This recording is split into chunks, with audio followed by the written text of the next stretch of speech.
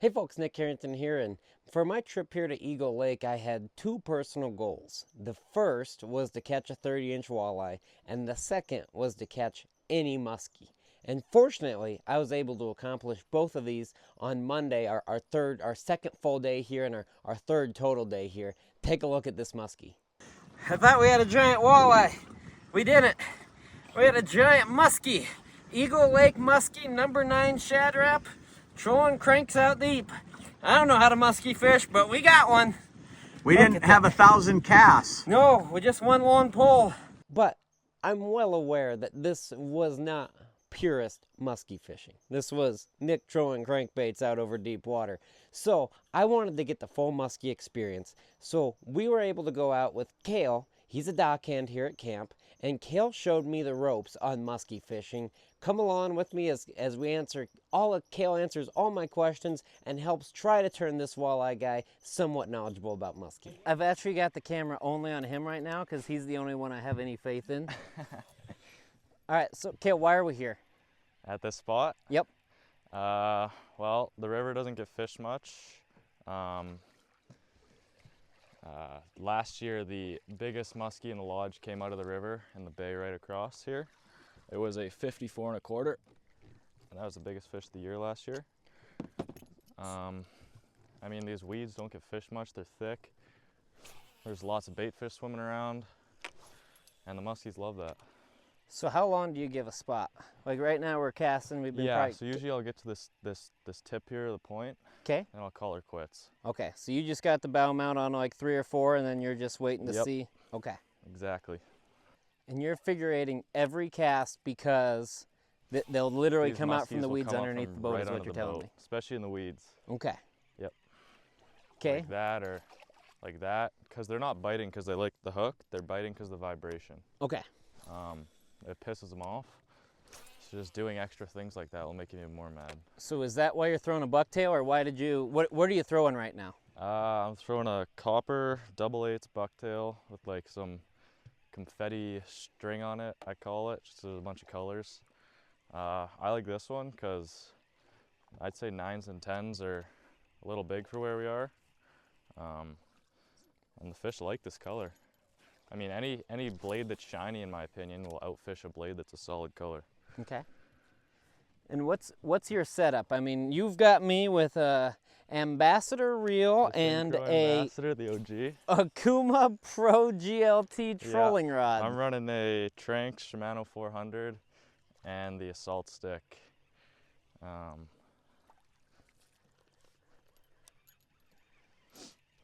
setup has been pretty good, you know. Yep. It gets the job done. Hasn't broken. So after hitting Eagle River, we headed over to Partridge Point, one of the most popular muskie spots here on Eagle Lake, and let's see what Kale thinks about this that makes this such a good muskie spot. Okay, Kale, we're here, Partridge Point. What makes this a muskie spot? Why is it so good? What are you looking for? Just the structure, you know, these two rocks, they kind of saddle underneath. The fish like to lay up on them. There's just a lot of, there's a lot of life going on here. A lot of fish between this and the next island. These fish love the structure. There's a big rock in the middle there with a jug on it. The fish, they just go kind of spot to spot, I'd say. Okay, I saw that jug and I didn't want to hit anything, so. Yeah, that's a deadly jug right there. But it's a deadly jug for muskie then too. Yes, it is. All right, well, let's go be deadly. How did you know there was a muskie under the boat? On the graph there, you'll see like these like yellow kind of marks, like thin ones for like walleyes and whatnot. Yep. That one was off the bottom, kind of probably 2 feet suspended, big, thick, long mark. Okay. And on spots like this, that's a muskie for sure. Okay. So are you floating down to it and then gonna cast where it was? Yeah, I'm gonna come back on it a bit. Okay. And see if he can't see the hook and give me a shot. Alrighty. Yep.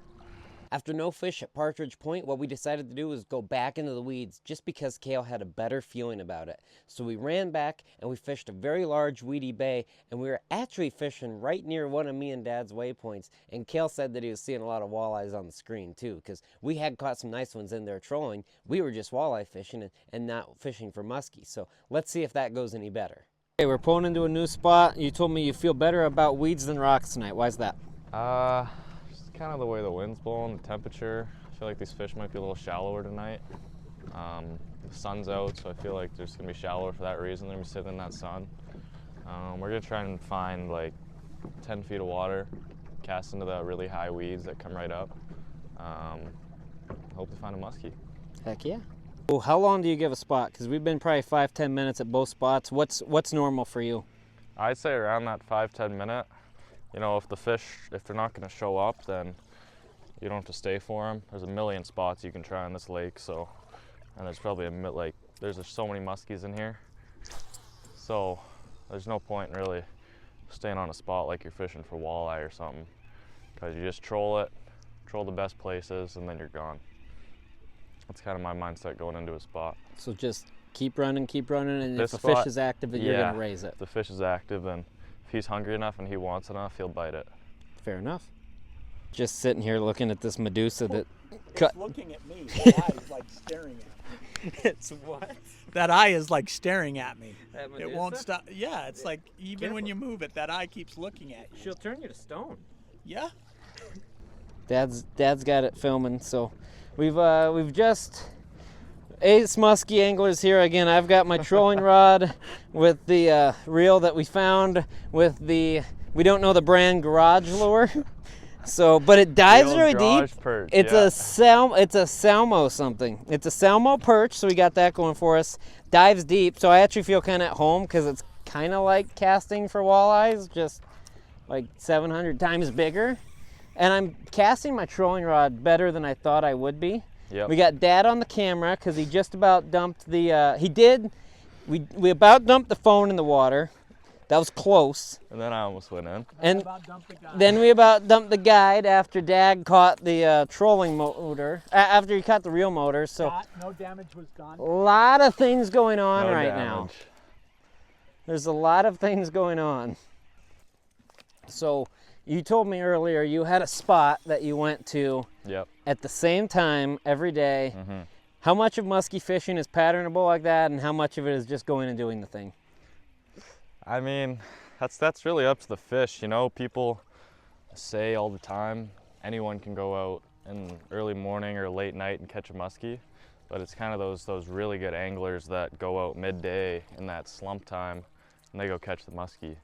So I like to go to that spot just because I've seen some really big fish off there kind of around that same time zone. Mm-hmm. That's why I'm kind of superstitious about it.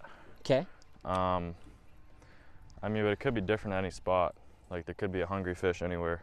And we can't night fish for muskies on Eagle too, right? Nope, it's illegal after 10. Okay. After 10? After 10, yeah. So it's I mean, you sunset. technically could because it gets darker earlier now.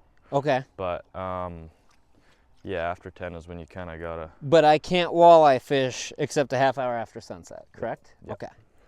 Well, then we have not broken any laws in our time here at Eagle Lake. That's good. So next we ran out and we fished the rocks that Kale has seen his biggest muskies on. This was something we put a lot of time and effort to. We went there at the same time, hoping that we could get a fish to raise. You talked about what makes a really good muskie angler, and they can catch them in the day. What makes a really good muskie angler? Is it their cast? Is it Just their technique, spots? you know, like where they're casting, how they're casting, if they see a fish, how they react. All those different factors come into it because it's kind of like a split-second decision almost when you're catching them, because you never really know what the fish is gonna do. So I'd say that what goes into it. It's how you do your 8, how the fish responds to the 8, and kind of what goes on after that if the fish decides he wants it or if he doesn't. I mean, I like to get super close to the spot, cast into about 2 feet of water here, like right on top of it. So I like to burn the bucktail kind of right through. I mean, this is where I've seen my biggest fish. I mean, I saw 2 guaranteed 4-footers off here within 2 weeks, so I know they're here. It was around this exact time zone, like I was saying before. So do you catch walleyes when you're musky fishing? you can, yeah. I had some guys out 2 weeks ago. We were in the middle of fishers there, that buoy I was showing you, that red one that you can hit. Mm-hmm. And I think it was like a 24. He was just casting a jig. So I mean, these fish all kind of hang out in the same places. The walleyes are always, the muskies are always eating the walleyes. That's what they're kind of feeding on a lot. So I mean, if you're finding walleyes, you're marking walleyes, you're gonna probably see some big fish. So perch and musky, or perch and walleye primary musky diet then. And I'd say Cisco, yep. Okay. Those little white ones. Yep. They love those. And I mean, I've never cut open a muskie, but I'm sure they're indulgent on crayfish too, just like pikes whenever you cut those open. So they will eat those little baits yeah, then for too. sure, yeah. Okay. Because yeah, we were getting those walleyes. They were just chowing up crayfish. Yep. So, how many times do you do they spend more time feeding? Do they spend more time following? What do you think compels them to follow? I mean, kind of whatever piques their interest. Like, if they're not eating on the cast, they're kind of just deciding, you know? Like, if they want it that bad, they'll eat it while you're reeling it up. But you bring it up to the boat, you do that 8, you'll piss them off enough. Okay, so And- you're getting just a reactionary bite at that point. Yeah, The for the sure. feeding is on the cast. The 8 is the So react. we're gonna do a few more passes around this rock here, Okay. just cause. So how often will they move up and down like? Yeah, like usually they won't stay in one place for too long. Sometimes people think that a muskie's gonna stay in a spot their whole lives. And it ain't It's happening. just not realistic. Like, it's big lake, they're gonna move, they're gonna go find food. It's like us fishing, right? Like we're trying to find them different spots, and they're trying to find food in different spots. So Because that's what the one other time I've ever muskie fished was Leech Lake, yeah, and that's what the guy told me. He's like, sometimes you might have a boat pull in, yeah, fish it. They're on just the other side of the island, yep. and you can pull in right after, and that fish might have just moved sides, and you can get them. Oh, for sure. When you guys talk about a follow, you're Yep. just literally letting the fish follow you? Yeah, you'll reel it up and he'll swim up, and you'll do a few, your 8s, if it's a bigger one, I do an oval. And you're just kind of like, if you do it long enough, you're kind of just doing off like what you've seen before and how that fish reacts. Like, you can always change it up if you're going this way and see that fish isn't turning, you just keep going straight. Or if you want to loop it and you see what that fish does, reacts to it. And sometimes they'll come up, they won't even do a loop, they'll just go back down. And that's just how it happens. So But how Do they follow for a while and then bite, or do they could. It's kind of like what you're doing. Like, if you got action going in your rod like this or something, or you're doing something else to piss them off, it's that reactionary bite. Just like if they're chasing another fish and it does something, that's kind of what we're replicating. Yeah, but another fish, aren't they going to keep chasing it until they eat it, or are they going to give up at some point? I don't know. I mean, with these, they give up at some point because you don't catch them all, obviously, but I don't know about other fish. A lot of times you'll see them come up and they'll have another fish in their mouth.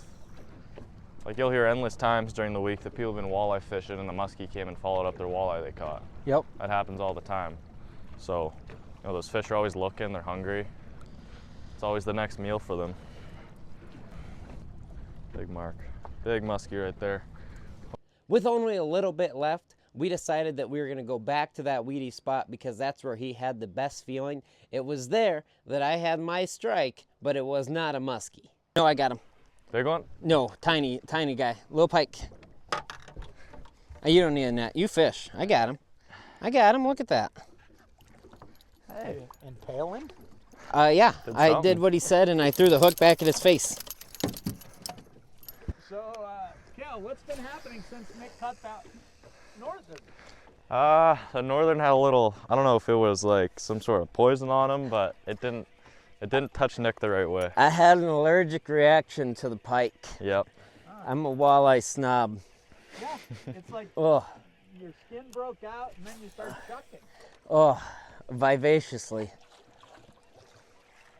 He chummed the water for So us. that's Yeah. the question, Kel. Do you think that chum's going to be beneficial?